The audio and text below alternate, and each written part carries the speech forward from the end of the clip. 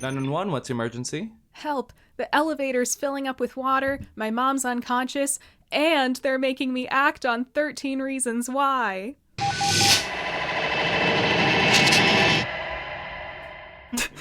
Is that good, or should we do it again? I thought that was perfect because it was like bratty. All right. Welcome back, everybody. Today we are covering Season 1, Episode 9, the penultimate episode of this season, Trapped.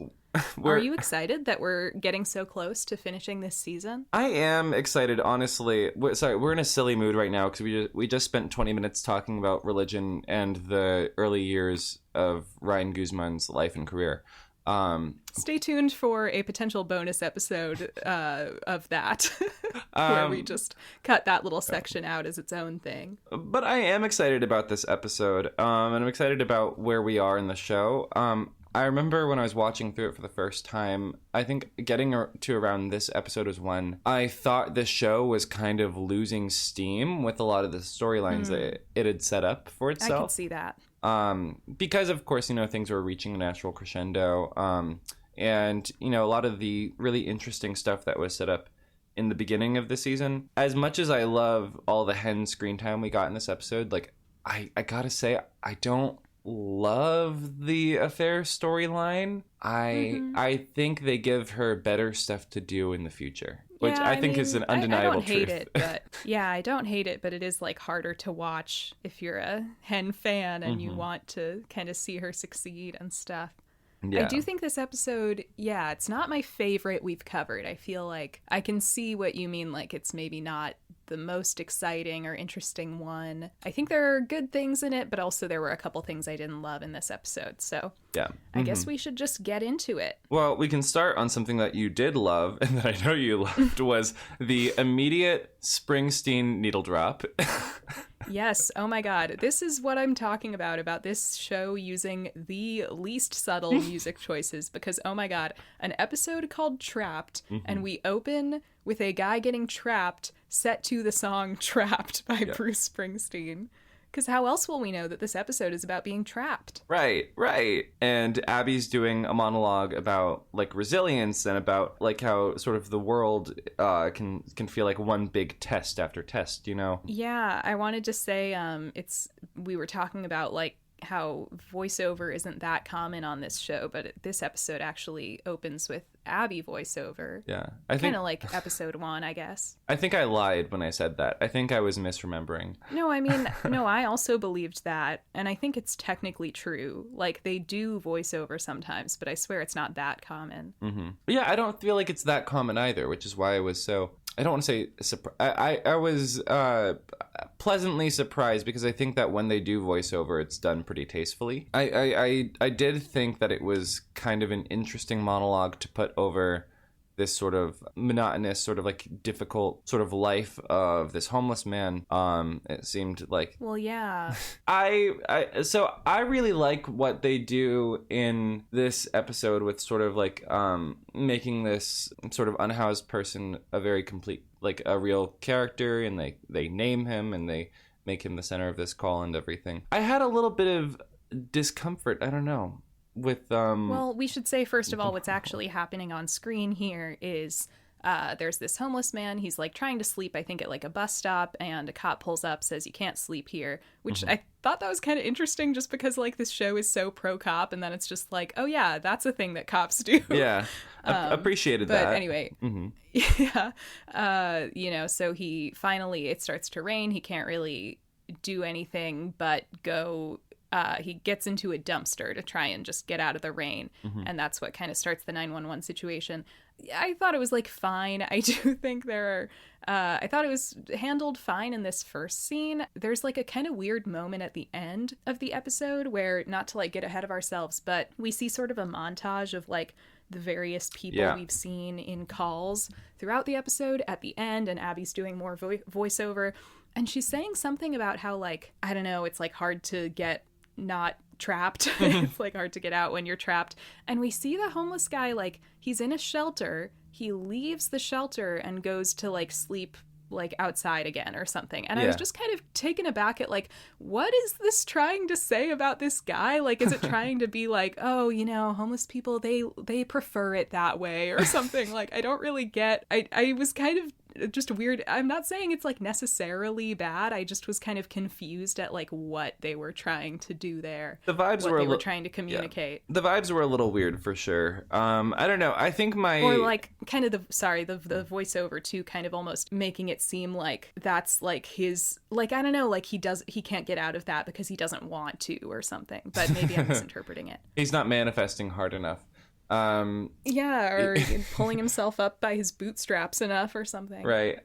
My problem, I guess, my initial discomfort with the way the monologue was juxtaposed with this guy's life was that this show doesn't have like homelessness plots. You know, it doesn't have any like major or minor homeless characters. And yet homelessness is a very big problem in LA, facing, you know, like thousands of people. Like I live in New York, Sure. and it's like a very similar problem here, is that it's like everywhere. And so it felt like they were using this man and his life as a prop to explore this sort of idea. And I don't know, it just felt a little bit icky to me. I don't want to be that one friend that's too woke and maybe making mountains out of molehills or anything. I don't think it's a big deal, and I think that generally they handle the guy himself well in this call. Mm-hmm. They do better than a lot of shows in that they give him a name. They don't just reduce him to like a stereotype or a caricature. And they actually treat his situation and his plight with pathos and empathy, and like they actually have concern for his safety and well-being, which is good. I don't know. I get inherent red flags whenever homeless people are kind of used as like a prop in a conversation, you know? Yeah. As to the one friend who's too woke, I kind of made a pledge post-election that I'm not going to get less woke, and if anything, I'm going to try to get woker. Yes. So I'm okay with that. I feel like it's my only line of defense now against a world that's pushing back on that. But yeah, it's like I said, like I wouldn't say it's, I don't know that it's like necessarily problematic, but I think, yeah, I was just curious, especially by the end, like what they were exactly trying to say with this. But there are some interesting moments. Basically what happens is then he goes to sleep in this dumpster and he gets picked up in the morning by the garbage truck. Yeah. And they're like, you know, gets thrown into the truck. He's, you know, the compactor's gonna start working, so he calls 911. The 118 responds. At first they actually get the wrong truck, an empty truck. I'm sorry, I wrote down truck. A real live truck. And gotta stop getting sidetracked. They we get so sidetracked at the beginning of this episode. Shout out to Sweet Buck, because they pull over the wrong truck, and Athena finds the right one, and so they go back in their fire truck, and Buck yells back at them, "You guys are doing a great job!" Like I was gonna say he's like very pro sanitation workers in this scene. He says that he feels the need to say to the guy driving the garbage truck, "You're doing a great job," and then when they like get to the actual garbage truck and start like sifting through garbage, he says like, "And they call us heroes," right, or something. It's like, so, it makes it feel like the writer wanted to like emphasize that like sanitation workers really are overlooked. And I mean, I agree with that, I guess. Yeah. Like they're public servants for sure. Yeah. But it was just funny that Buck became the mouthpiece for that. Maybe, you know what we could headcanon is maybe in his like year of trying to find himself that we know he had before joining the 118, maybe he was briefly working as a garbage man. Interesting. That was like a little like a pickup job, like while he was like looking for more like steady employment or something like that. I like that. In between being like a construction worker and a rancher and every member of the village people. I do need to read some Ranch Buck AU. I just need to read a little bit of it. I need like maybe Buck gets a new job as a rancher, and he meets the affable, handsome ranch hand who we will meet in a couple episodes. Okay. All right. Simmer down. Okay. I did love in season 8 when he gets to be a cowboy. Mm-hmm. I'm partly just because of the inherent kind of meta humor of making British man Oliver Stark play an American character doing a Southern accent. Yeah. I also noticed in this scene we get like a tiny little Bobby Athena interaction, which is kind of fun. Yeah. Just a little thing where, what does she say? I forget. But they forget talk what to she each says other. it was a little moment. It was like Just a little trust us. one little moment, and they just say like something kind of one line. innocuous to each other, but it's like, oh, they know each other. Forgot. Wow, they looked in each other's direction. Good to remember that. It's funny, the minute they hone it on the truck, just Hen's just like go go go, and she's climbing up that ladder. Like even the driver who has his AirPods in or whatever. He's like, look at her go. Like, he says that. Yeah, he says that. That was kind of interesting. But I guess they're trying to get us, the viewer, to pay attention to the fact that Hen is really fired up today. Yeah. Mm-hmm.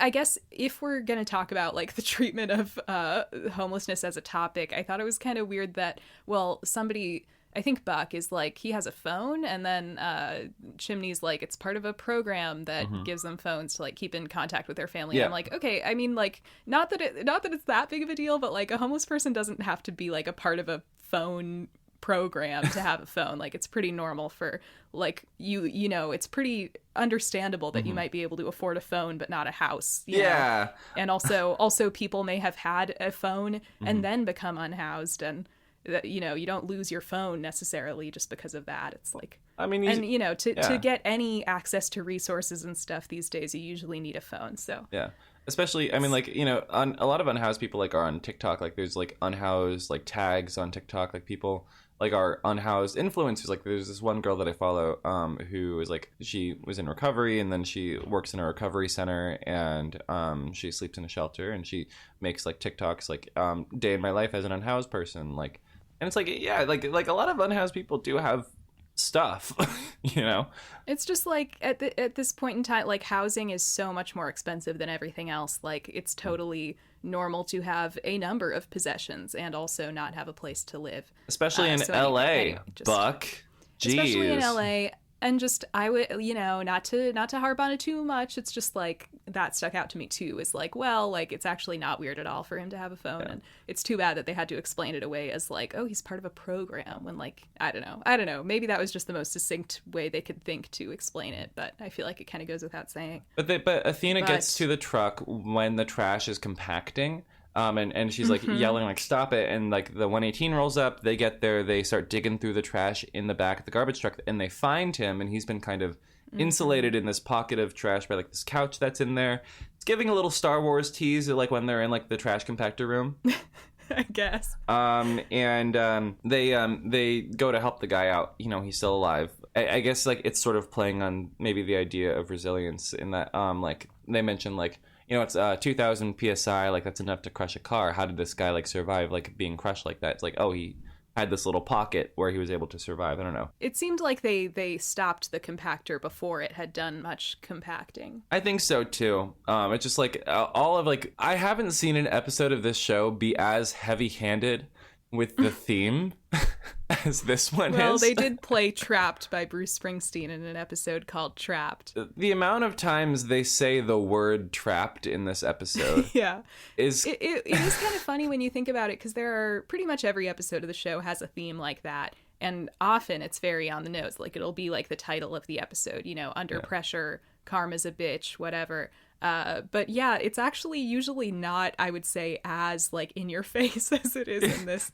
This episode is very explicitly just about people being trapped, both literally and emotionally. It's like those bad books where it's like, I was trapped, unable to get out. Only I couldn't even move. I was locked in a cage, trapped like a wild animal. It's like, we get it, bro. We know what trapped means. We get it, And yeah, there were a few writing moments in here that I wasn't crazy about. This episode was written by Aristotle Kousakis. I'm not sure how to pronounce his last name. I'm sorry. I don't. It's Greek to me. Greek king, Am I right? But I see his name come up a lot in the credits. He's like a staff writer Although I looked and I think this might be one of, if not his only, like, teleplay credit for the show. And this is kind of an interesting one where usually on the show they just have a written by credit for one or two writers. This one has a story credit by a guy named Adam Glass, and this is the only episode of the show he's worked on, and then teleplay by our boy Aristotle. So do you think Adam was like peering over his shoulder like, yo, no, type that. Do you think that they know that the episode's about being trapped? Like, you've gone 5 episodes or 5 minutes without saying trapped. Just like to remind the just put the word trapped in there one more time. Just like this is completely backseat driving. These guys are bad at. I'm not saying these guys are bad at writing, but that did sort of strike me as like, oh, I didn't love all the writing of this episode, and it's got this sort of weird configuration of writers that. Yeah.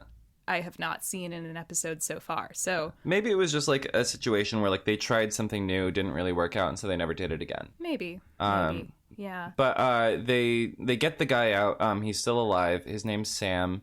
I don't know if it's the lack of sleep or just the high of the holidays that we've been on. But I like the minute like they started like asking him his name, he's like, my name's Sam. They started like asking him about himself and stuff like that, and like helping him. I just like started crying. Like I was such a big softie during this episode. Yeah. I just broke down a little bit. I was like, Sam, you know. But they get him out, and everybody clapped. Everybody does clap. I mean, it's realistic, I guess. People do that when they see a rescue happen. Mm-hmm. But that's about it for that call. I don't think there's really a moment after, right? Yeah, we don't even, like, he says, like, his legs, like, he can't feel his legs, and we don't really get an update with that. So maybe it was just, like, a pinched nerve or something. We see him, like, walking at the end of the episode, so I guess it wasn't that serious. Hopefully he's okay. Imagine saying that to him in there. Yo, it's not that serious, bro. I guess it wasn't that serious. I guess you got trapped in a garbage compactor. He got trapped. But come on. He got trapped. Some people have real problems. He got trapped in a real life truck. Okay, so then we go to a classic Abby, Carla, Patricia scene at the house. Patricia's getting a little agitated when Abby says she has to leave for work. She kind of gets up close to her mom. She's like, I'm sorry, I have to go. Her mom slaps her. Across the face. Which is a big shock to Abby. And I thought, I liked that. I just like, it felt like a very real moment of like, when you see someone like that with dementia who's like getting worse, and it's like a big sort of, you get the sense that this is not something her mom has ever done, you know? Yeah.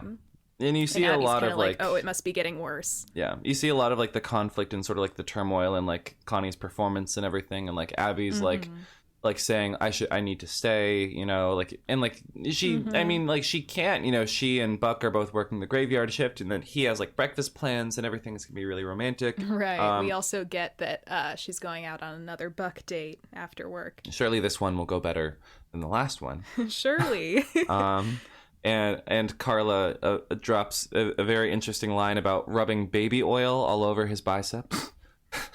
Yeah, she says, like, I hope the date is just you rubbing baby oil on his biceps. Like, damn, girl. I mean... You're not getting none? Like, listen, what's going on, Carla? Carla's invested in this relationship, and I can't blame her. I can't either. I mean, I would totally live vicariously through Abby. So I get it, girl. Ever since she made the connection between Buck and Mad Max to the Road Warrior, I think Carla has been...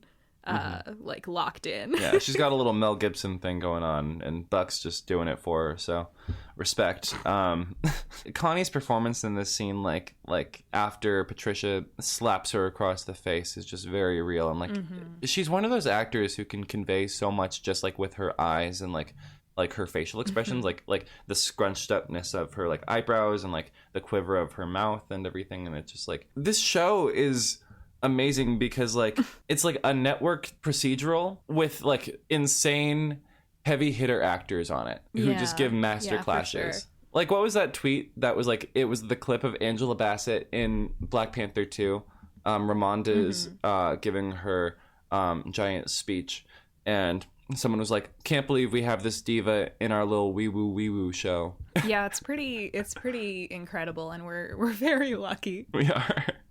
But speaking of Athena, we go to Athena and Hen are having lunch together. Yeah. Mm-hmm. And they're eating hot dogs together. Mm-hmm. Glizzies, which, even. I don't know. It's funny that they're like they're in like a little like cute little like hot dog diner. Yeah. Apparently. I would totally dine there. It looks cute. I would too. It looked super cute. And if it's good enough for Hen and Athena, it must be good. It must be good. And Athena's, she asked Hen to lunch because she wants to talk about everything that's going on with Karen. Obviously, Karen left and took the kids. And by kids, I do mean Denny. And yeah, there's just one at this point. Like Hen's just like giving her like the rundown and everything that happened in the last at the end of the last episode.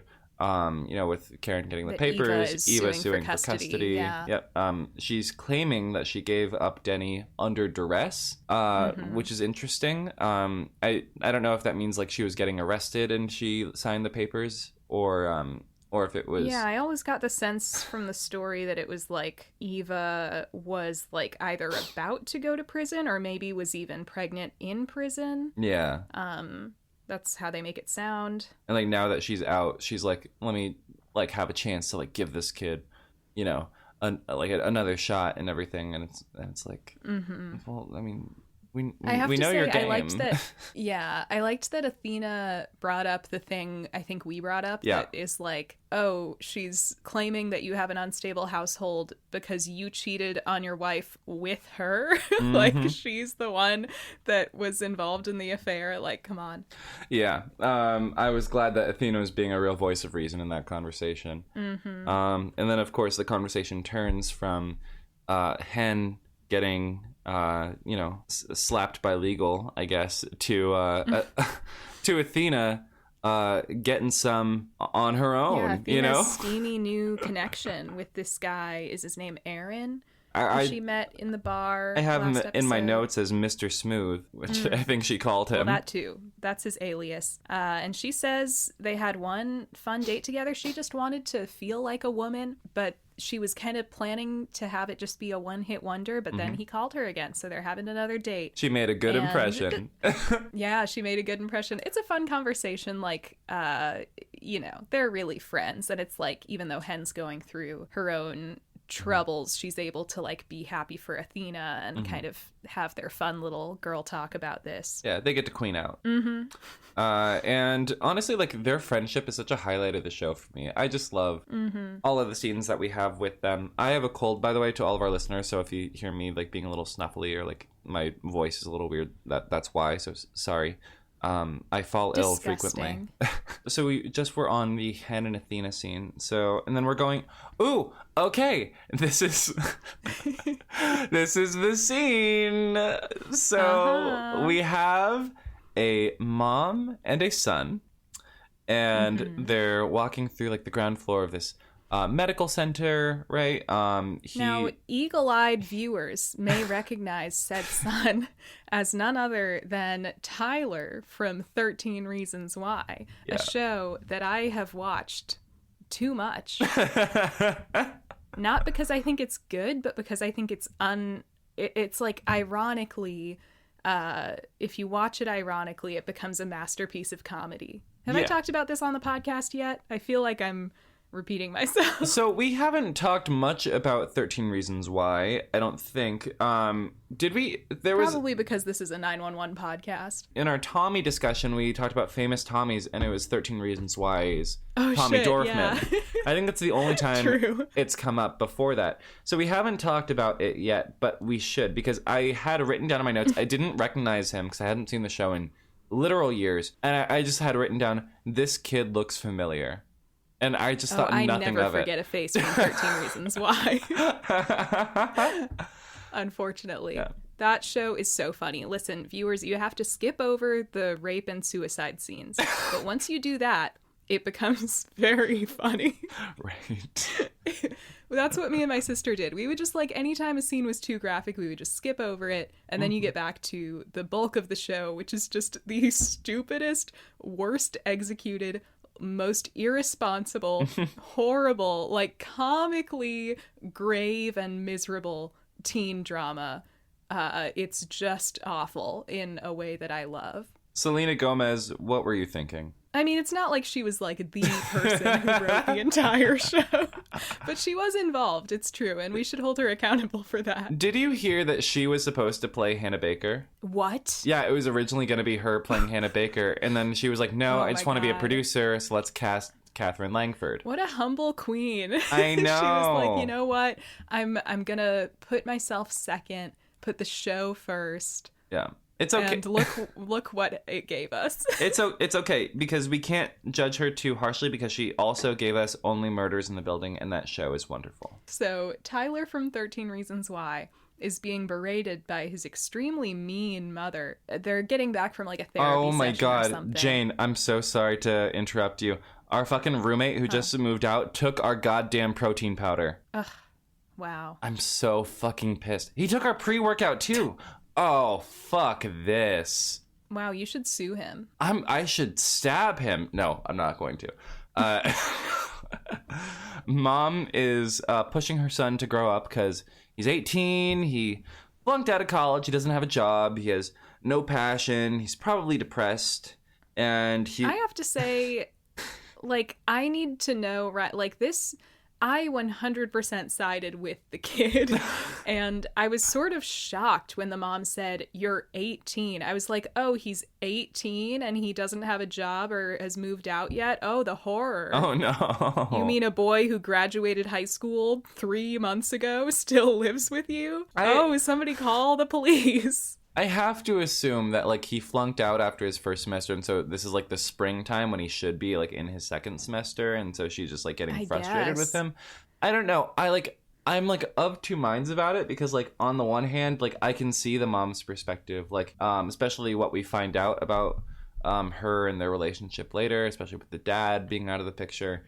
But at the same time, I kind of just want to, like, hold the kid and tell him everything's going to be okay. Well...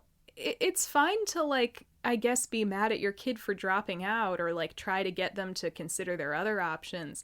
But, for one thing, I think if they wanted to get that across, they should have written this kid as being, like, 22 or something. You know, I think 18 just makes it seem like you're being really unreasonable and unkind.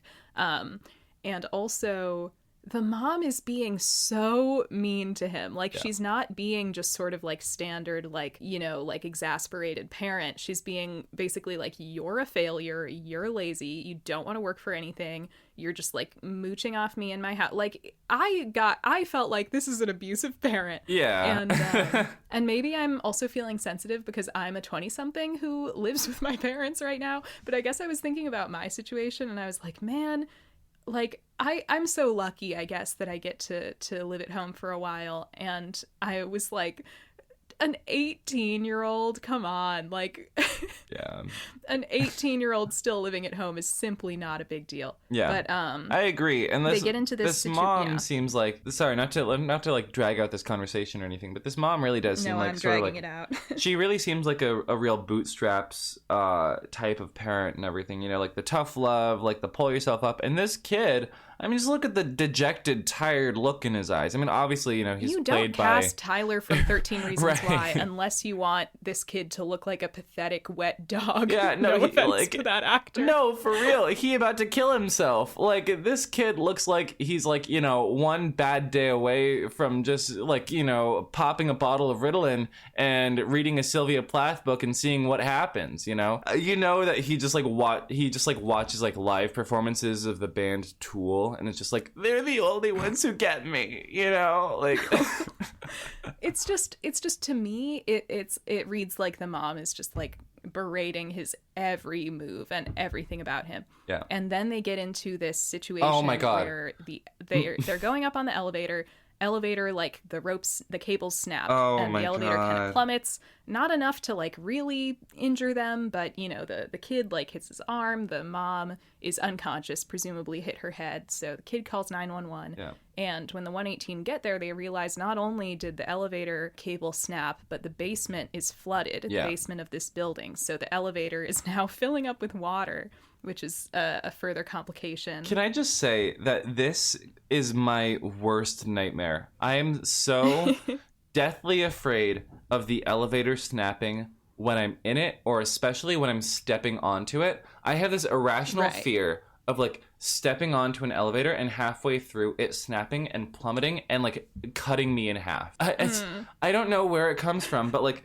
seeing this, I was like, it's like, oh shit, this actually happens. This is like your roller coaster call. It really was. This was my roller coaster call. Like, I'm not going to have this visceral of a response to a call until we get the fucking tarantulas from, like, season whatever.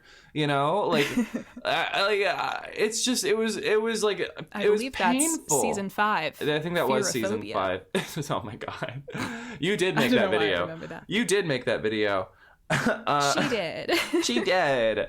And like they give like the reason behind it. It's like this isn't just like any elevator snapping. It's like they have problems with like their pipes like bursting and like flooding the basement, and it corrodes the wiring on like the elevator hold, like the counterbalancing things and everything. Because like a healthy elevator mechanically should never snap. You know what I mean? It's it's design. I was talking to my friend about this like a while ago, because I was like telling her about my fears of elevators and shit, and she was like telling me like the way that the architecture of like an elevator is like designed is that the way that it distributes tension across the cables is that it's never actually supposed to snap, right? And so unless you have this like corrosive outside force like flood water. Right? And water in this case. And it gets me thinking to all the fucking times we've had like rainstorms in New York, especially in the summer months when like it gets super humid and there's thunderstorms and it's pouring rain. The amount of times I've stepped onto my elevator and there's just a light that says basement flooded. Ooh. I'm just thinking, oh, I could have died. Well, you don't hear about this kind of thing happening every day, so hopefully it's still not very likely to happen. What if the reason you don't hear about it happening every day is because it does happen every day and it can't be news every day? I mean, I hope that's not true. If it happened truly every day, wouldn't everybody know someone who had been in an elevator whose cables snapped because of floodwater? That's probably true. I don't know. I feel like I'm like Taylor Swift in that clip of like her on Ellen talking about how afraid she is of sea urchins. Can't say I've seen that one. You haven't seen that? Oh, it was like from like way back in the day, like the Red era or whatever, like the Speak Now era. Yeah, she was like deathly afraid of sea urchins, and she was talking about them in the exact same way I talk about elevators, and I'm just now realizing that. Okay. So hey Taylor, and me, girl. Hey Taylor. They get Buck on top of the elevator, like getting harnesses down to the kid and his mom. The mom's not unconscious anymore. They get the mom out, and then Buck and the kid are left in the elevator, which I was just sort of like loving the fact that my two like TV shows were crossing over in this moment. That like we have Buck and the 13 Reasons Why kid trapped in an elevator, but then the elevator starts to like, this must have been bad for your phobia. The elevator starts to sink lower, like getting pulled down by the weight of the water, and so the water is suddenly rising a lot, and he manages to get the kid out. But then there's like a minute when they're like, oh no, Buck. But I guess like the water gets high enough that he can just climb out of the hole in the elevator ceiling. But the way that they edit it, I mean, like him climbing out is kind of an innocuous thing. He even suggests it to like the other kid. It's like about like pull-ups and whatever. But like the way that it's edited makes it look like Buck's gonna drown. And then like, it's a very triumphant moment when he pulls himself out. And it's like, no, he just did a pull-up.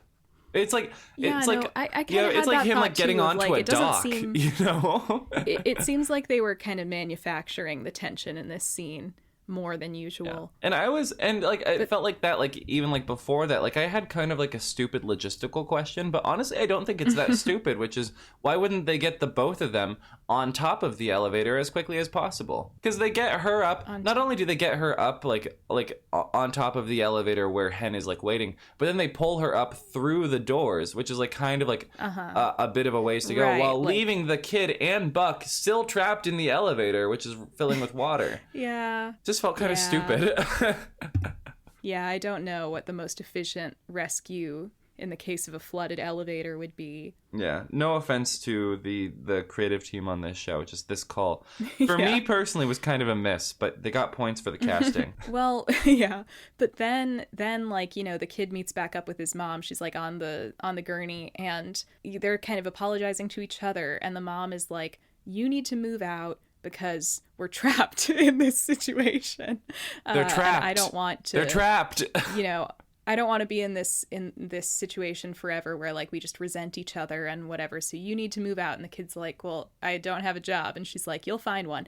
And I have to say, this entire call rubs me the wrong way because, like I said, like the mom she's acting in this scene like this is like a mutual problem. Yeah. And I really don't think it's depicted that way. It seems like the mom is just really like verbally abusive to the kid, emotionally abusive to the kid. And then at the end, she's like, I need you to take action. I need you to move out so that we don't end up resenting each other. And it's like, why don't you change your behavior, lady? Literally. Like, maybe your son wouldn't be so like stuck, so trapped in his life. Maybe he wouldn't be having such a hard time, like, I don't know, figuring out what he wants to do if you were like nice and supportive to him. Like maybe...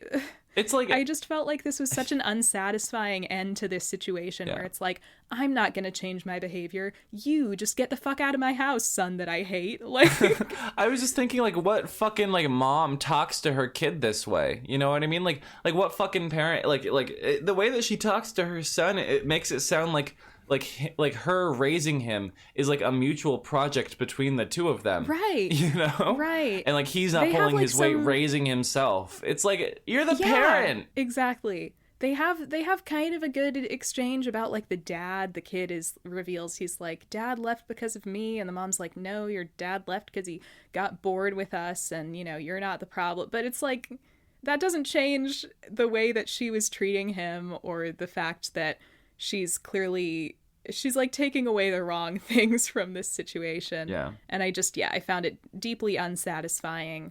Maybe my least favorite part of the episode because I just think it was kind of a weird situation that didn't feel like self-aware about what it was. It was a weird situation, and I'm honestly glad that like you brought attention to it because like I wasn't like quite sure like how to talk about it because like on the one hand I did kind of get in my feelings like, oh yeah, you know, he should, you know, take action and take initiative and carve out a life for himself, but also like it really did rub me the wrong way, the way that the mom was like engaging with her son, especially a mom who, and this might just be sort of like a very like, you know, like middle class perspective, but I mean this is like a mom seemingly with like resources, you know, like yeah, they not only look wealthy, but she even mentions right at the beginning, like when they're just getting on the elevator, she says something about like, I don't want to like be overseeing like $1 million teardowns or something. Like it sounds like she works in like real estate or you know, property or something as an executive, like, pretty high. Yeah, so I'm not saying that this kid shouldn't get a job or go to college or do whatever, but I'm just saying the mom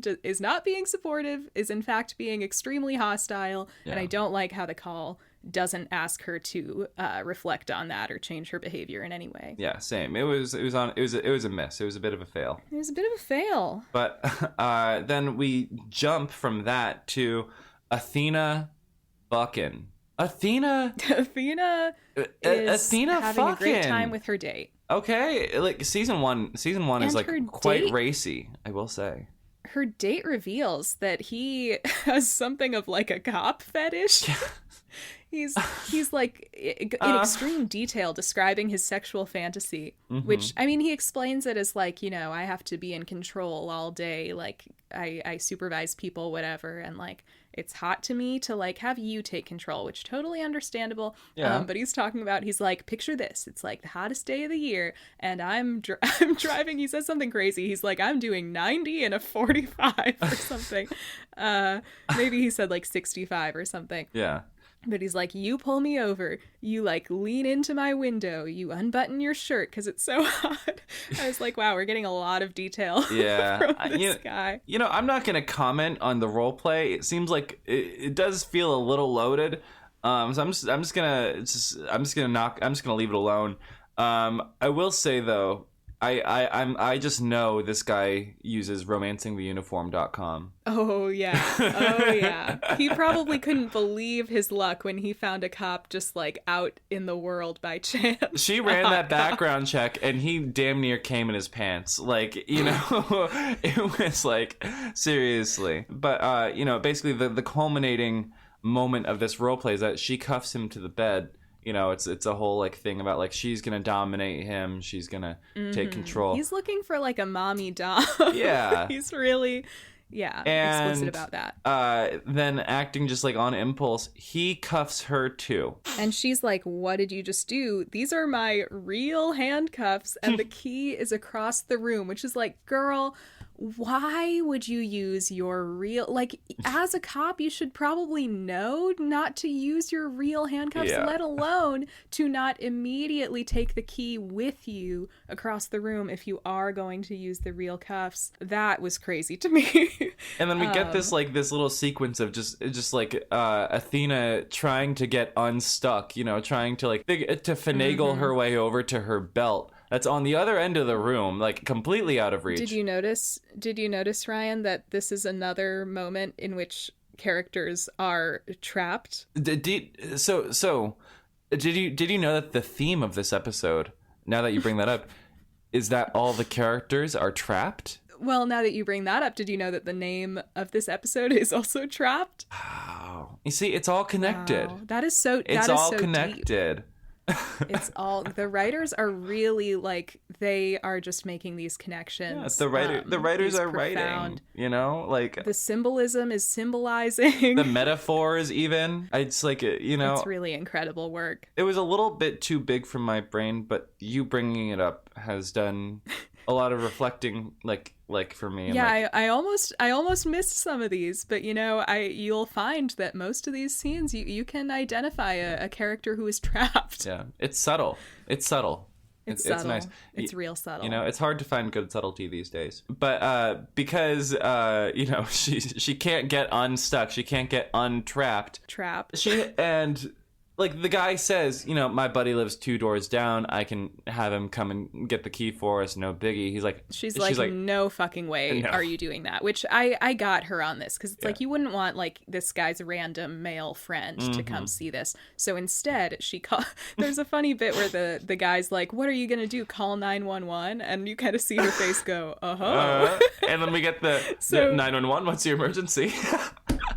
Yeah, she asks for Abby. Oh my god! Abby's By like, name. really? Somebody's asking for me? They're like, yeah, I guess. And, you know, she gets on the phone. Wait, not just they're like, yeah, I guess. Her gay coworker Terry is like, yeah, I guess. Terry.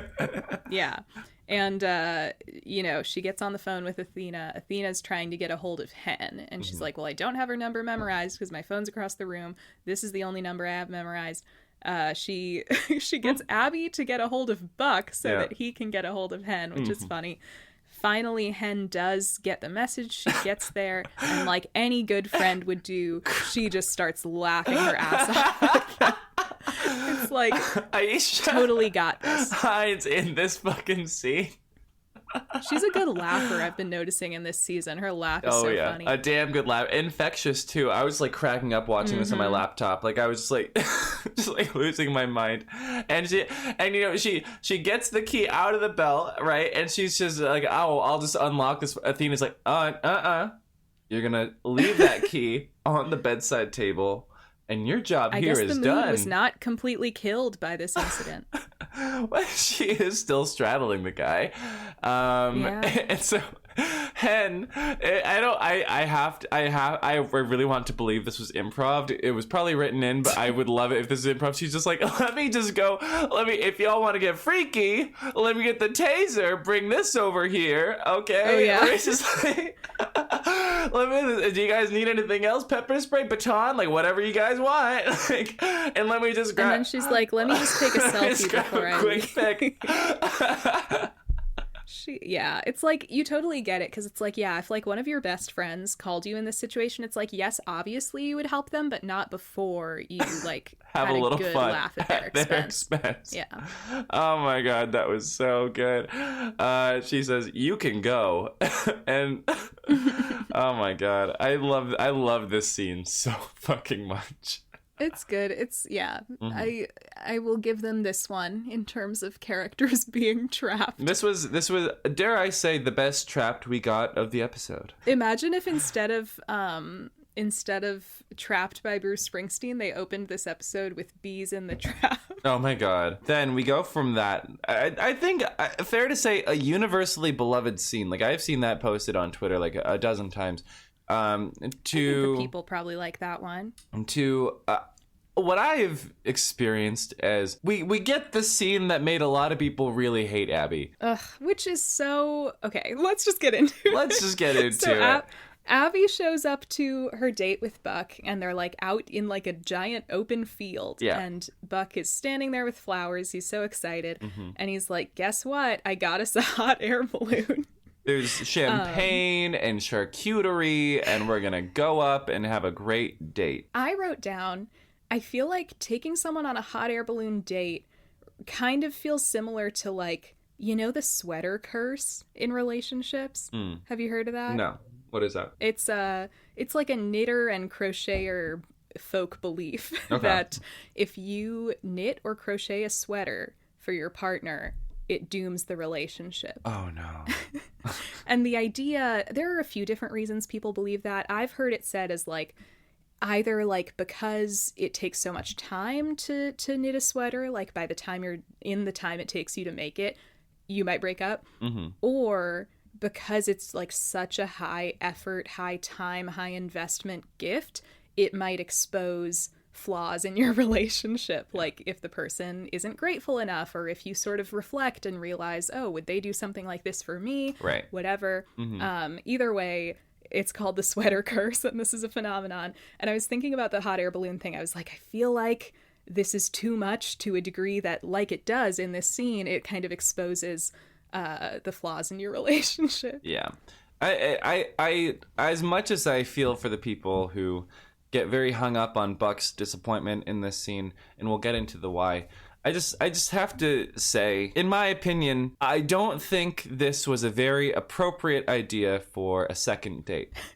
I mean, we don't know that it was the second. I feel like... No, yes, we do. She said that, like, their first date was the restaurant, and this is, like, their second time going out on, like, a real date. Oh, yeah, okay.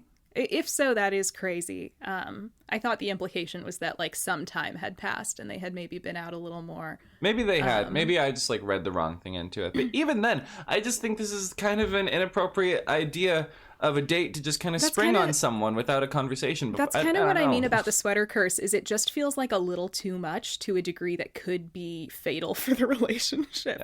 Yeah. And so, you know, they're about to get going, and Abby gets a call, and it's Carla, and she's saying, your mom is having an episode, she's really agitated, and I think she needs to see you in person to calm down.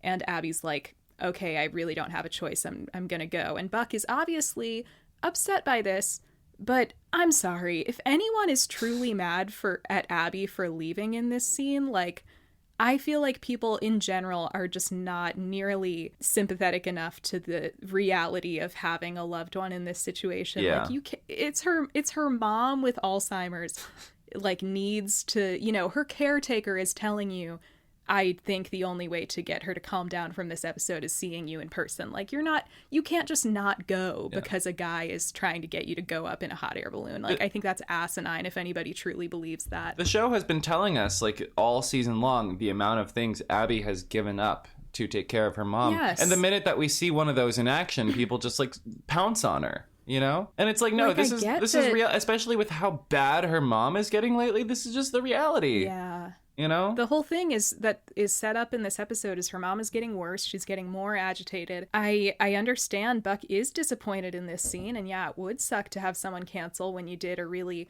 elaborate thing for them. But as you mentioned, it's not like Buck told her in advance that this is what he was doing. Like, that's kind of, I'm not saying it's his fault, but like, that's kind of one of the problems with not maybe planning really well for this sort of thing is, something could come up and she might have to leave. I mean, not like he should have known, but like, you do know that you're dating this woman who has this mom that she has to take care of sometimes. And I'm not placing the blame on Buck. I'm just saying I really see both sides here. Like, I can see exactly why he would feel really disappointed. And I also think, I also don't think Abby really had any choice in this situation but to leave. Yeah, no, I agree. I'm happy to sit on the fence on this one because, like, my heart really did break for Buck. Like, you know, he's such a sweet guy, and, you know, he was very thoughtful, like, about, like, the way that he planned this date with, like, all the attention to details with, like, you know, the location and the balloon and, like, the you know, the champagne and sort of the extravagance. He wanted to make it very romantic for her. And obviously, like, she was into it when she saw it. She was, like, sort of wowed by it, but it just wasn't very realistic, you know? And so it's tough. Well, it's tough. just, it's like the date could have been anything, but, like, when she gets that call, she has to go. Yeah. That's just the reality of her life. It could have been a road trip to Vegas. It could have been, you know, whatever. Like, when she gets that call, she has to drop everything. And that's just how it is, you know? It's like, I'm sorry, but I just want to illustrate a double standard here. If there was a thing later on in the show where, like, Buck was gonna, not to say that his relationship with Eddie is inherently canonically romantic, but imagine, for people who have seen the rest of the show, if Buck had made a big elaborate plan for him and Eddie, and suddenly, like, Eddie's kid was having a medical emergency or something, would people be mad at Eddie for leaving Buck hanging? Like, come on. Well, I mean, I just feel like there's a double standard here. Maybe it's different because of the relationship Buck and Chris have. Because if they were going on a date and Chris had an emergency, it wouldn't just be Eddie that would drop everything. Both Buck would also drop everything, you know? It's true. But I guess I just mean on the basic principle of, like, why is it not important enough that Abby has to go care for her sick mother that she is, like, one of the sole caretakers of? Maybe. And, like, obviously misogyny is a big part of it because people hate women. I also think maybe a part of it is that, like, Chris is so likable and, like, everybody loves Chris and everybody feels protective over Chris. Are you saying Patricia is not likable? I didn't say that. I think that Patricia is a less beloved character, and I also think that we have kind of an ugly facet of our society that gets very inherently frustrated and dismissive of elderly people, especially elderly people with special needs, people who are going through mental illness. And so, you know, we see Abby's exhaustion and we kind of feel that versus...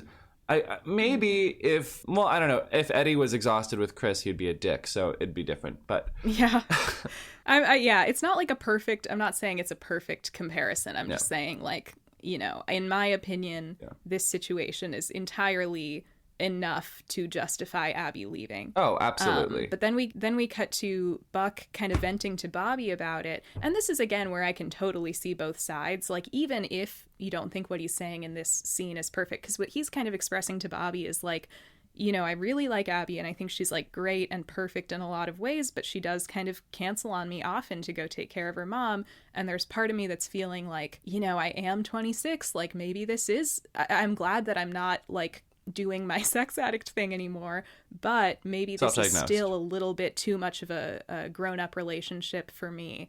And I kind of got where he's coming from. Like, it's not a perfect sentiment, but I kind of, like, yeah, it's true. It's like, it doesn't mean that Abby's, like, the bad guy for caring for her mom, but it's like, it's true that, like, maybe not everyone's cut out to, like, be in a relationship where that's an element of it. Yeah. Well, I think it's fair to recognize that, like, as much as they may have something that the other lacks and find sort of a completeness within that, I also think that it might be fair to say that, you know, Buck is young. Maybe he should be hanging out with someone who is a bit more his speed, or, like, maybe someone who is at a similar stage in their life as he is, you know. And I think that Abby, you know, it might be beneficial for her to also, if they're seeking out long-term companionship, find someone who's, you know, on her level or sort of matching her energy. Because, like, I think we talked about this before, but, like, they kind of serve utilitarian needs for each other, you know? And so I think that part of the reason we may enjoy their relationship is because they are sort of stepping stones to them individually growing as people. Yeah, you get the sense that, like, part of the reason Buck is maybe less comfortable with this is, like, he is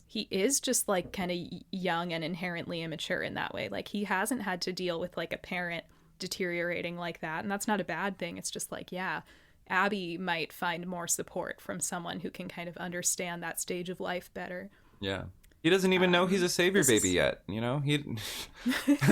Well, spoilers. Not to get ahead of ourselves. I do think this is definitely the episode where, like, the cracks start to show in their relationship of, like, oh yeah, like, it's fun and they're very attracted to each other, but, like, they're not ultimately at the same place in life. Will say, though, appreciated Bobby dropping, like, a hair mention, like, of Abby, like a hair mention. Not to keep harping on this, but just given our discussion in the Valentine's Day episode, that people keep vindicating me about. Oh my online. God. I was like, oh, so Bobby has noticed how beautiful her hair is. I put out a statement. You were all Notes right. app You were apology. correct, Jane. You were correct. I was wrong. I'm We don't sorry. need to keep, I silenced women. Listen. And now we're silencing you. And No, as a feminist, you know what? I'm going to sit my ass down and listen. Listening and learning. Yeah. I wrote in my notes at this point after he said that, I wrote, dare I say ... Bobby could treat Abby right. Oh my God. No, I don't want people to think like just because I noticed that as a thing that felt weird, it doesn't mean that I like ship Abby and Bobby. Mm-hmm. Don't get it twisted. But yeah, I could Bob see Abby definitely Bob Abby. Yeah, there's not really a good ship name there. But I could see Abby maybe doing better with someone closer to her in age for this reason. Yeah. But I guess the ultimate conclusion that they come out to is that if Buck does want this long-term relationship with Abby to work out and to be serious and to have this sort of maturity about them, then he has to stop like approaching it almost as like a savior. I think is like the terminology they use, or like something similar to that, and start stepping into her world and start like like sort of making himself available to her on her terms and meeting her where she is. Yeah, well, Bobby's kind of saying that like Abby probably wants somebody to like be in this with her, like instead of just like feeling sorry for her or wishing there's something he could do. Like Buck hasn't really stepped into that and like started to try to really like kind of be in her corner about it yet, I feel like. Yeah, it's a real partnership, you know, and like that he says like, you know, like the sort of the maturity and sort of like the intimacy of this kind of relationship, it comes at the cost of like really making yourself available to them in a way that can be uncomfortable or can challenge you. And so I guess the question for Buck is he going to rise to that challenge? Is he going to actually take the steps to like do that sort of like growth and meet her where she is? Right. It's kind of like he's been having all the fun parts of like developing a more committed relationship of he's like, wow, I like feel so many strong emotions, but now he's realizing that like, oh, you actually also have to like be committed and like go through their troubles with them. When you said that, I thought about this Jenny Nicholson clip where she was like talking about the Tarzan stage musical and how all the lyrics are very on the nose, and all the characters are singing like, I feel so many emotions. I would have to see the Tarzan stage musical to know, I guess. But then we go from that to, let me pull up my notes again because my phone keeps closing. God damn it. Yes, so to the hoarder call. Yes, hoarders buried alive. 911. Yes. Literally. Yeah, we cut to a guy crawling through sort of a tunnel in a house that is full of stuff, like because of hoarding. Yeah. He's crawling through a bit of a tunnel and it collapses in on him is how the call starts. Yep. Mm-hmm.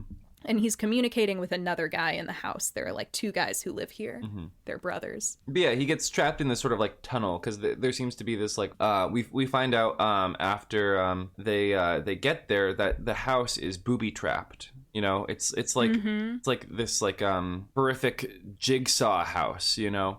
Well, the story is basically there are these two kind of older brothers living there. They've been there for a very long time. One of them is blind and he doesn't leave the house. The other one kind of uses this tunnel system in the house to bring things to the other brother.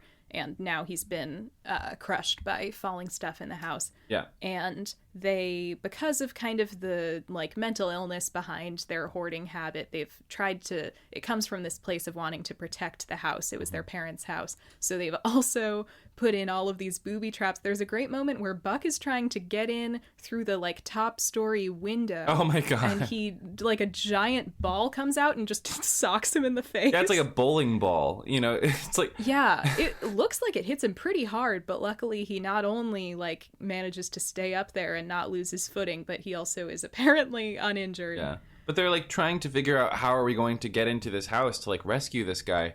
And they realize that the only way in is going to be through one of the booby trap tunnels. And Chimney, our daring adventurous lad, is the only one small enough to fit into it.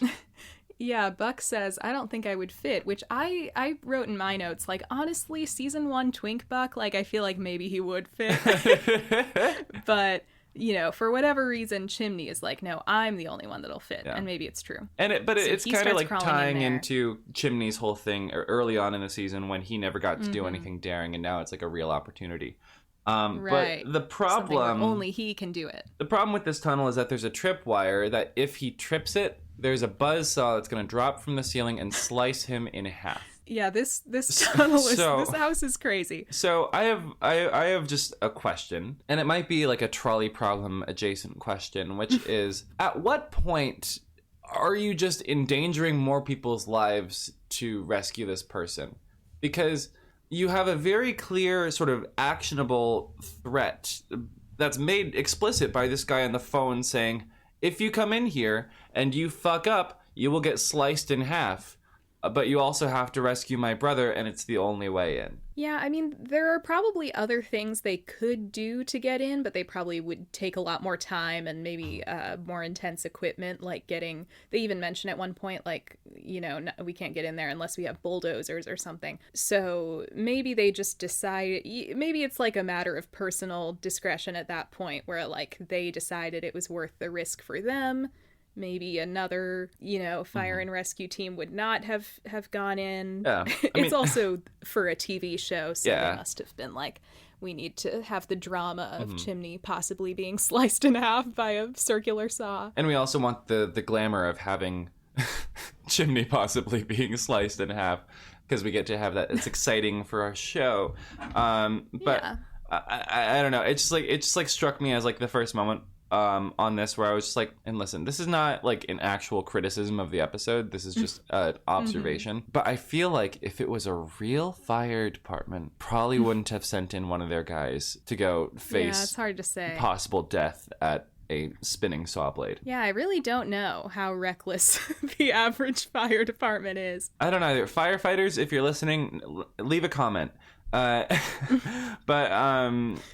so he goes in and he is able to disarm the booby trap. Thankfully, it is a comically telegraphed booby trap. Like, you can see it very clearly. The tripwire isn't hidden at all, and the disarming mechanism is as simple as turning the big hand on a clock. Yeah. And so he's able to make it through.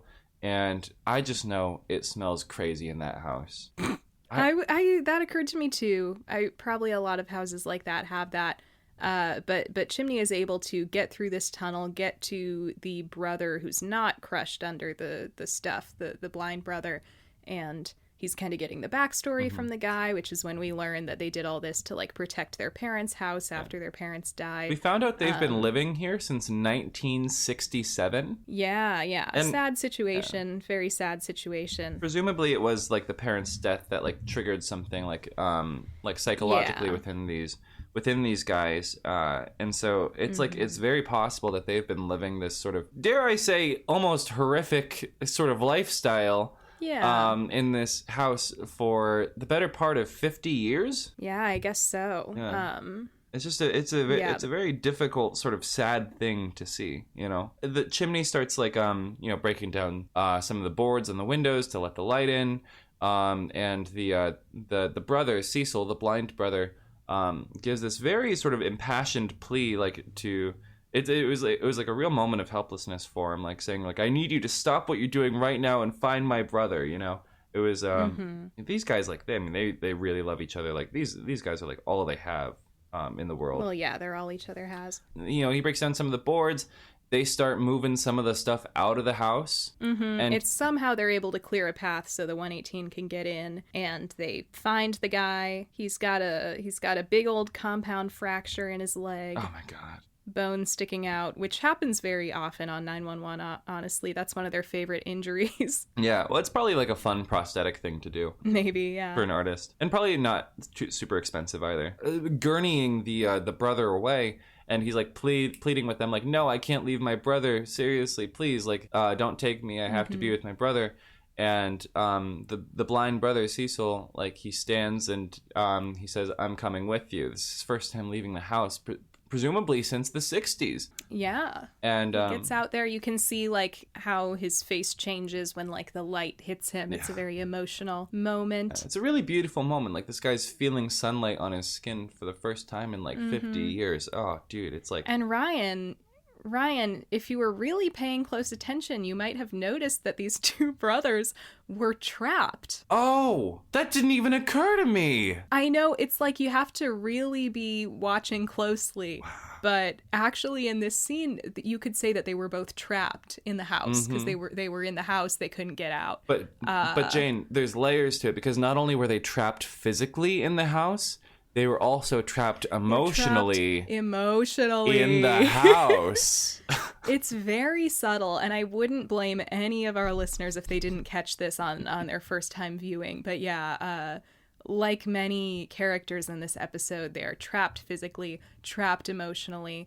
And the title of this episode, I'm not sure if you know this, Ryan. What was it again? I forgot. What was it? It was Trapped. Wow. It's all connected. It's all connected. It's all connected. But then we cut from the sunlight on the skin to finally a responsible, unglamorous, unsexy, casual Buck Abbey hangout at a cafe. And believe it or not, the spark isn't really there at the moment. Well, I mean, they're having this conversation though, and Buck, it seems, has decided to try to take Bobby's advice. So he's like, I want to be there for you or whatever. And Abby actually is kind of trying to break up with him. Mm-hmm. She says some interesting stuff. She puts it, she's like, I'm trying to let you off the hook, essentially. And I wrote down in my notes, I feel like this is totally her Tommy trauma. Oh my God. Oh like my now God. That we know in retrospect, the way that she's being so like, oh, there's no way you would want to go through this with me. Like, I'm letting you off the hook, whatever. Mm-hmm. Like, somebody hurt that woman. And we know who it was. We know exactly who it was. Like, somebody made her feel like she could not have this part of her life and have a partner. Yeah. And I just want to say, fuck Tommy Kennard specifically. Fuck that Fuck the guy who... Fuck fictional character Tommy Kennard. Wow. I love that the Abby storyline and the Tommy Abby backstory being canonized has radicalized us against Tommy in this way. It's so funny. I was like one of the least biased Buddy shippers. I was like, yeah, I ship Buddy, but like I have nothing against Tommy. I actually, in retrospect, I feel like embarrassed now how pro Tommy I was in my YouTube video. I wish I could take it back because my God, like I wish I had. I feel like I was way too like. I've got to rectify this if I make a season 8 video. This is your statement. I mean, like, you can make a statement right now, like publicly retracting. I would just like to apologize for saying in my YouTube video that I didn't mind Tommy and that I was curious to see where that storyline went, because I no longer don't mind and I am no longer curious. You mind him so much. I mind him, and also my curiosity has been quenched in the worst way. Any man... I don't like the guy. Any man who hurts a woman like Abby Clark deserves death. Anyway, okay, back what I to was the getting scene at hand. Tommy what I was hurt getting Abby. At was, yeah, it seems like someone made her feel like her taking care of her mom was like a big burden on them in a relationship. And I was like, oh, Abby, like, you don't have to, you can have both. Like, you could find someone who accepts that about you and in fact wants to support you through that. And Buck in this scene is trying to be that for her, which is very noble of him, I guess. Or, sweet of him to want to do that. You can really tell that Buck admires Abby. He really admires her tenacity, her resilience, like she was talking about at the top of the episode.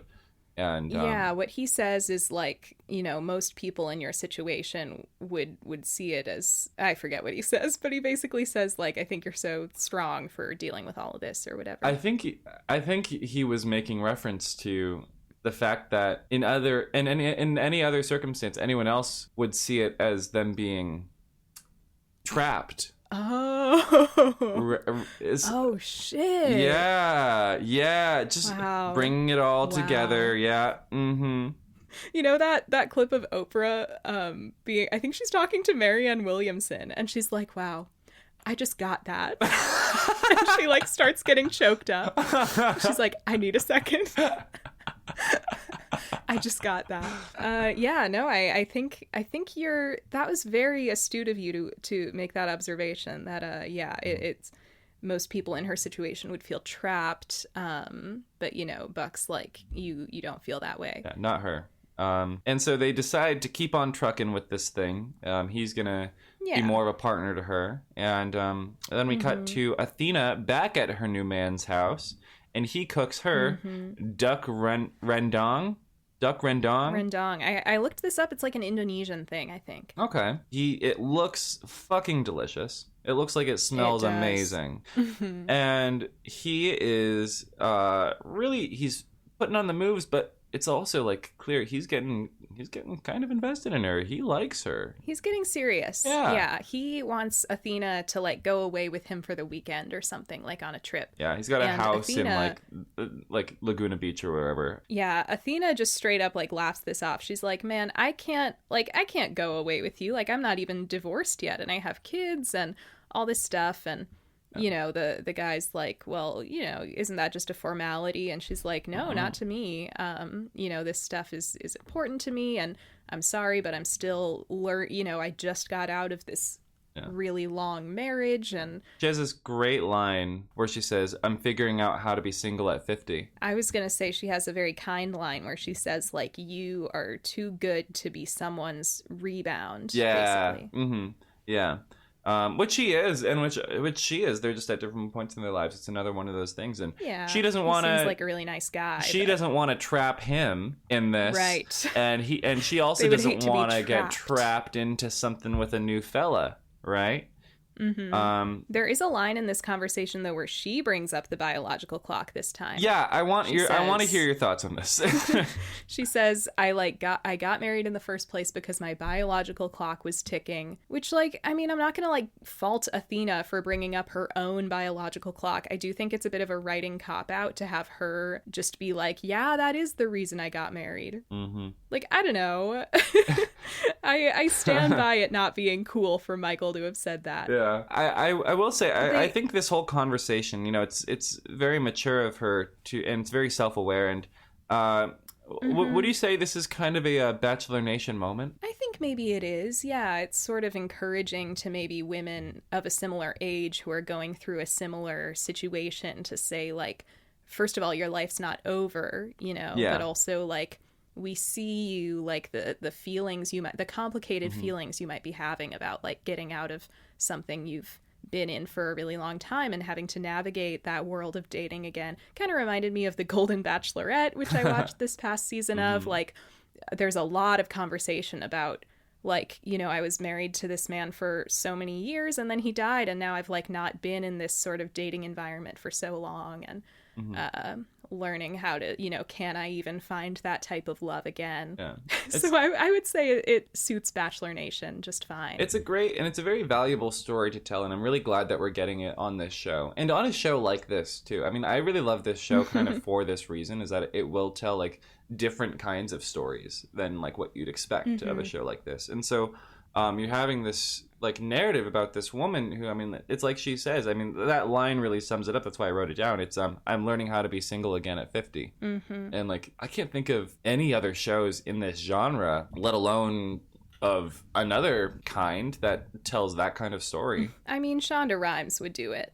I think Shonda, you ate that. Never mind. You're right. Shonda. I think some of Shonda's shows have dealt with like older women in the dating world, or older women kind of taking control of their love lives and their sexualities and stuff. And that's why we love Shonda so much. That's why we love Shonda, okay? And that's why we love 911. But basically, they end this scene very amicably, I think, where they don't even end the date, basically. Oh, yeah. Aaron says, he's like, well, does that mean you're not going to stay over tonight? And she says, like, depends on how good the duck is. So she's still in, like, a fun, flirty mood. Oh, yeah. Well, I mean, listen, if the background check and the calling Hen to get the keys didn't kill the mood. It's true. This guy would, like, walk through fire for Athena at this point. And honestly, I mean, the dick must be magnificent. So good for her, you know? Like, they both seem like they're having a good time. Yeah, seriously. Sure. But you know who's not having a good time? Who? You know who's not having a good time? Miss Henrietta Wilson. It's Miss Henrietta Wilson. Yeah. Eva's back. Yeah, Hen goes to visit Eva again to try and, like, you know, talk this through and be like, you're not getting my kid. Yeah. Eva is just trying to argue her thing. She's like, come on, we could give him a better life. Hen really gets to the heart of it, I think, which is she's like, I don't think you're doing this because you want to be a mother to Denny. You're doing this because you, like, want me back. You're doing this to try and make us work again. Eva pretty much is just like, would that be such a bad thing? And it's like, yes. Yes. There's kind of an interesting moment right at the top of this scene where Eva opens the door and she sees Hen, and, like, you know, you think back to, like, the last time they saw each other and how, like, lovey-dovey Eva was immediately upon opening the door, and, like, now she's, like, saying, like, hey, you know, my attorney has, like, advised me to, like, not have any, like, conversations with you without, like, them present, you know, and it's like there's, like, this coldness to it. Interesting to see, like, how much this character has shifted since we last saw her, because of, like, the bomb dropping of, like, she's suing for custody, and it's like, okay, this person is very, like, extremely manipulative, extremely, like, calculated, and then, like, you get into, like, the rest of this scene, and, like, Hen's, like, very clearly in the mood of, she knows she fucked up, she knows what she did wrong, she's not making that mistake again, and it's like, she looks at Eva, and you can tell, like what she was feeling for her, like that moment of, like, intrigue and of lust, that, like, little spark, it's gone. It's, like, dead. It's, like, stamped out. Yeah. I think now that Eva is, like, trying to mess with her kid, and also, like, sort of revealed potentially an ulterior motive that she had from the beginning, like, in wanting to take back Denny, as I think definitely, you could say, to put it lightly, it gave Hen the ick. Yeah, definitely. But yeah, they kind of, there's a great part that I wrote down where, you know, Eva says something about, like, you're with her, or like, you'd be happier with me than with her, and Hen says her name is Karen, and I love her, and it's like, yeah you do, yeah. During this conversation, actually, around there, Eva says that Karen has Hen trapped in a suburban like hell, you know, and it's so not her. Hen's such a city girl, you know. But she's when it's trapped, like, you don't in even suburbia. Know her, Eva. First of all, Trapped in Suburbia could be a Lifetime movie title. Yes, it could. It's a little Stuck in the Suburbs score. True. There's also a Lifetime movie called Sexting in Suburbia. Love that. Yeah, I still need to see it. But what's interesting is that, like, you know, as it you know, the situation plays out, like, you know, Hen says, and if Hen's word is more trustworthy than Eva's, which, you know, it probably is. Hen says, she claims that Eva, you know, like, quote, like, could not, like, wait to, like, give up Denny, like, soon enough, you know, like, she basically just like thrust him like away, you know, and so it's like becomes clear that, like, Denny is almost like a pawn. If Hen at face value, Denny becomes like a pawn for Eva to sort of entrap her into this relationship that she's made it very clear she does not want any part of. It is a bad idea, bad for everyone. Yeah, it doesn't really seem like it's about Denny. Yeah. So really, it's Eva trapping Hen. Yeah. I feel like I'm getting the vibe that this episode is all about traps. It's just, this is a great performance from Aisha in this scene. She has that wonderful monologue where she's, like, just laying it all out there. Like, I don't love you. Like, it's just a wonderful performance from her. And honestly, it was kind of necessary with how frustrated with Hen we were getting the last couple of episodes. Yeah, it's good to, like, see her put her foot down with Eva. Yeah. She just has such a power about her, you know. It just makes you really love her.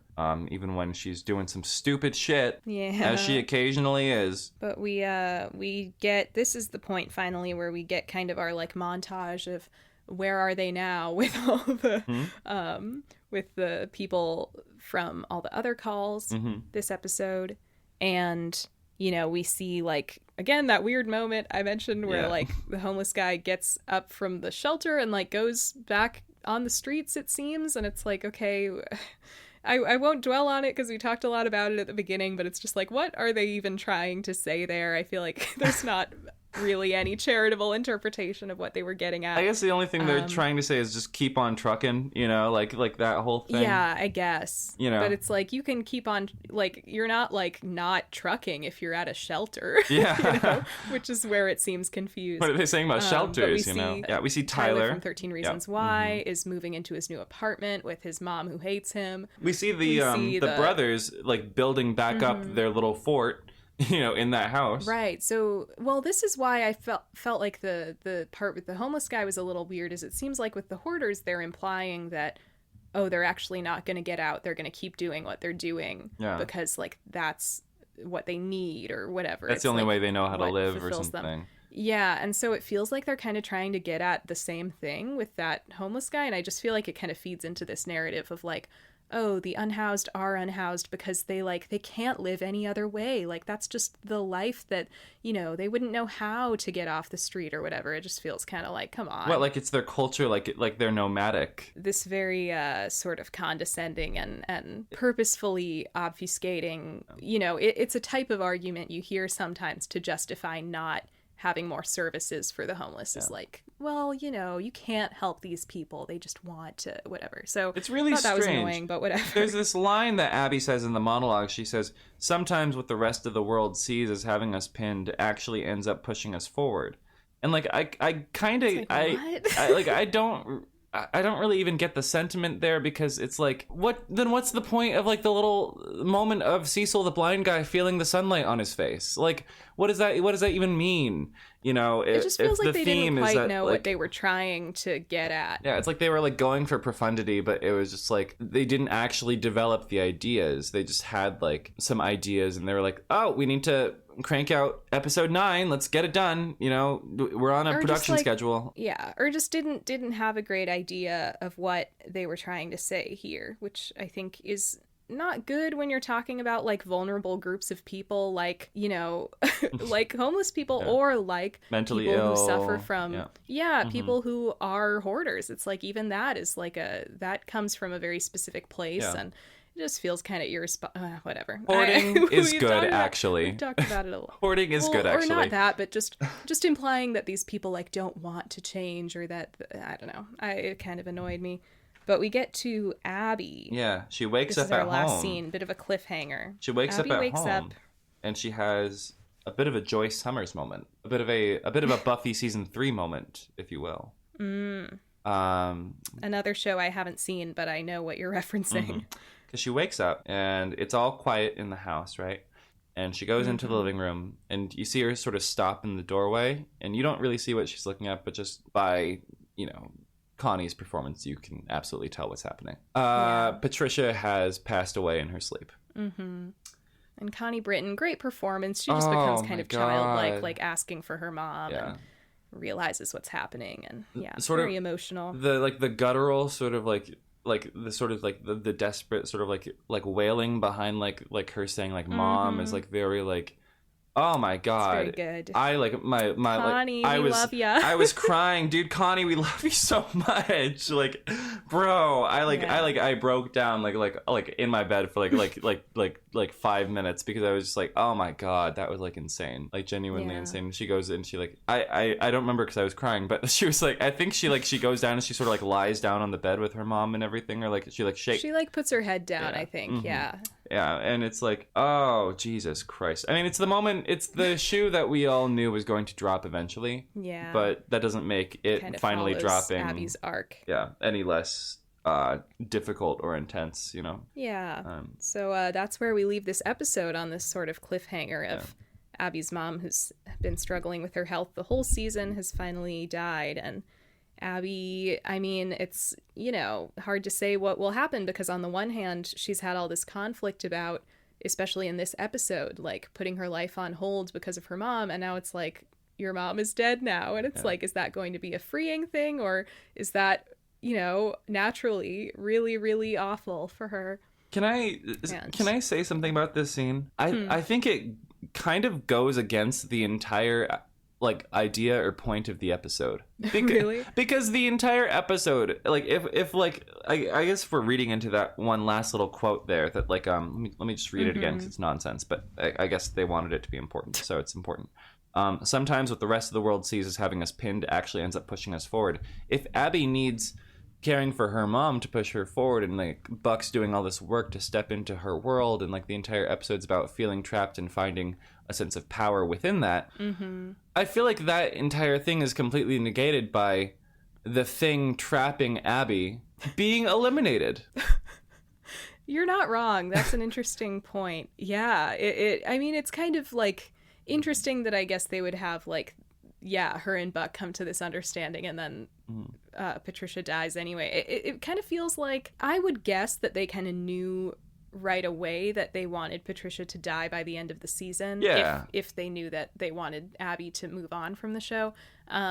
So I wonder if it's almost like they kind of had that on the roster, like she has to die right before the last episode, and then you have this sort of sloppily written episode that just didn't tie in the themes quite perfectly. Yeah. And it just ended up feeling like an anticlimax. It was just an anticlimax. It was like they were building all this tension, but they didn't give it a proper release. And so it's just maybe they just didn't give it time to build in that sense. We didn't get an episode of Buck helping Abby to take care of her mom, or planning more dates that are built around I guess something more accessible.